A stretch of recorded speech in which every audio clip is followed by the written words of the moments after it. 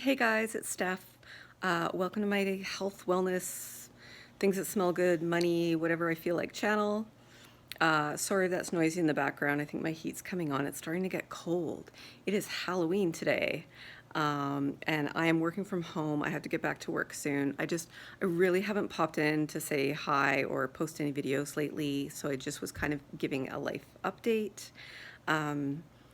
Basically, I'm still on mostly a no buy for all things. My husband has not found another job yet, and it's been going on 5 months, and it's kind of getting to us a little bit, I think, mentally and emotionally. We're okay though. I think the thing I just want to come on and talk about a little bit is the whole thing with friends and money, and when you're trying to save money, and the differences in ways in which people perceive need. What's coming up a lot is that right now, while I'm trying to live within our means, we're okay, right? Like my husband's not working, but he's got a little bit of unemployment insurance coming in still for a little while longer. We've got savings, we've got retirement put away. If I really needed to cash some money out, I could. I'm trying to live within our means. And so what that's started to mean is that I've really, really hyper noticed now that when you're talking to your friends or coworkers or whatever, there's always a lot of talk about what people are buying and recommendations of what you should buy. And like, even when people want to socialize, they're like, there's always got to be a meal involved. We always have to go out and spend like $30 to $50 in some restaurant somewhere. Um, they're always going to concerts, they're always traveling. Like, just the amount of times that people are talking to me about ways in which they're spending money that I quite frankly can't, because they're wants and their luxuries to me. They are spending that is not required to keep you alive. It's discretionary spending, and if you have the money, you should go discretionary spend. Like, by all means, keep our economy going. I'm certainly not. But it's very hard to participate socially.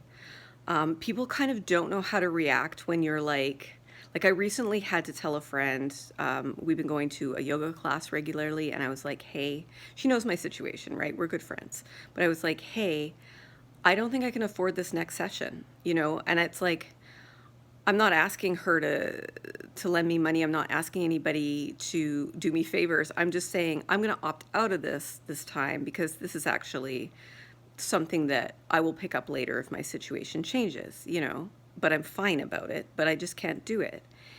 And it's people just, I think there are so many people who are so used to going deeply in debt to do things that when you just say you're opting out of doing something because it's not within your means, it's like a foreign thing.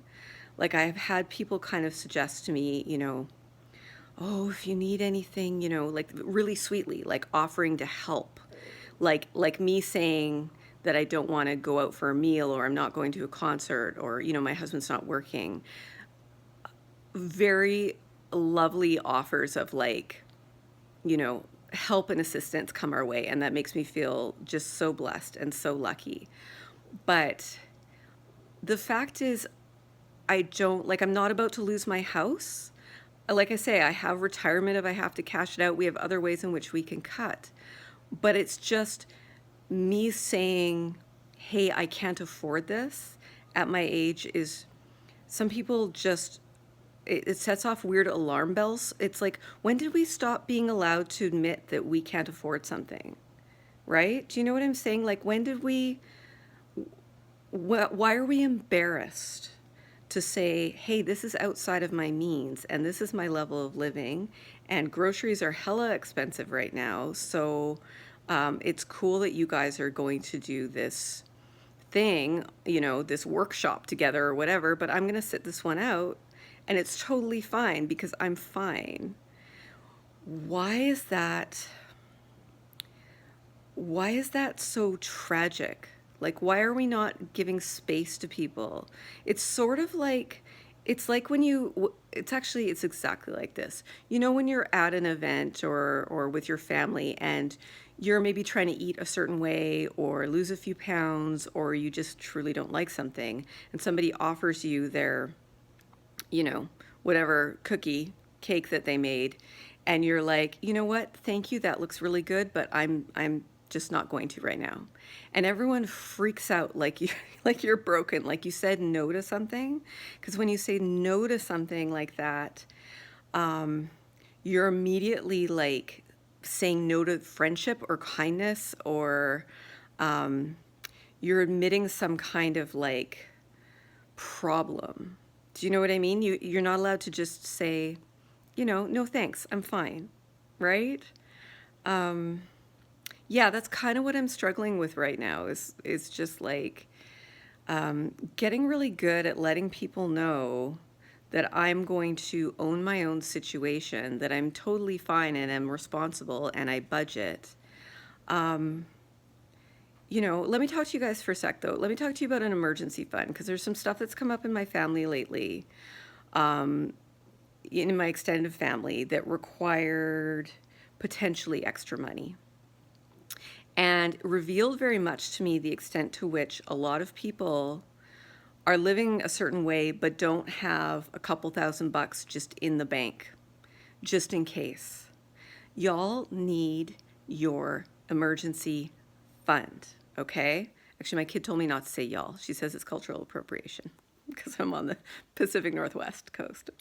You all need an emergency fund. You don't know what's going to happen. And that money needs to sit there. And you've got to be okay with letting it sit there. And if that means that you don't take a vacation and just skip it one year so that you've got some money there, because shit happens, you know? It's okay to live within your means. It's okay to say, hey, this is outside of my socioeconomic realm right now, and that doesn't mean that I have some kind of problem or that I need your charity or that you should feel sorry for me.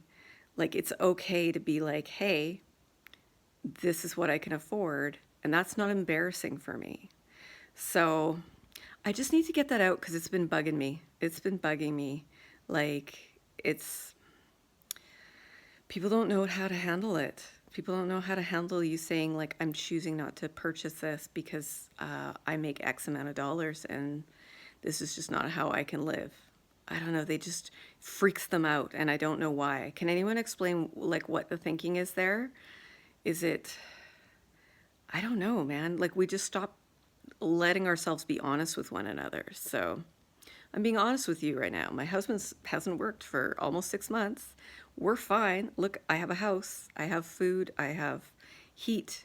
I'm going to be able to buy my kids moderate Christmas presents. I have shoes to keep my feet dry. I have a car that runs. My water cooler has broken down and I can't afford to replace it. And that's okay. I'm fine. So I hope you guys are all fine too. And if you have the money to go enjoy and buy some candles and tea on my behalf, please enjoy it. Let me know. I did buy one little thing from David's Tea. I will share later because I felt like that was something I could give myself, and it was a choice. And that's okay too, you know? So I'll come and show that later. But other than that, I'm fully abstaining from Christmas like scents and candles and all the things.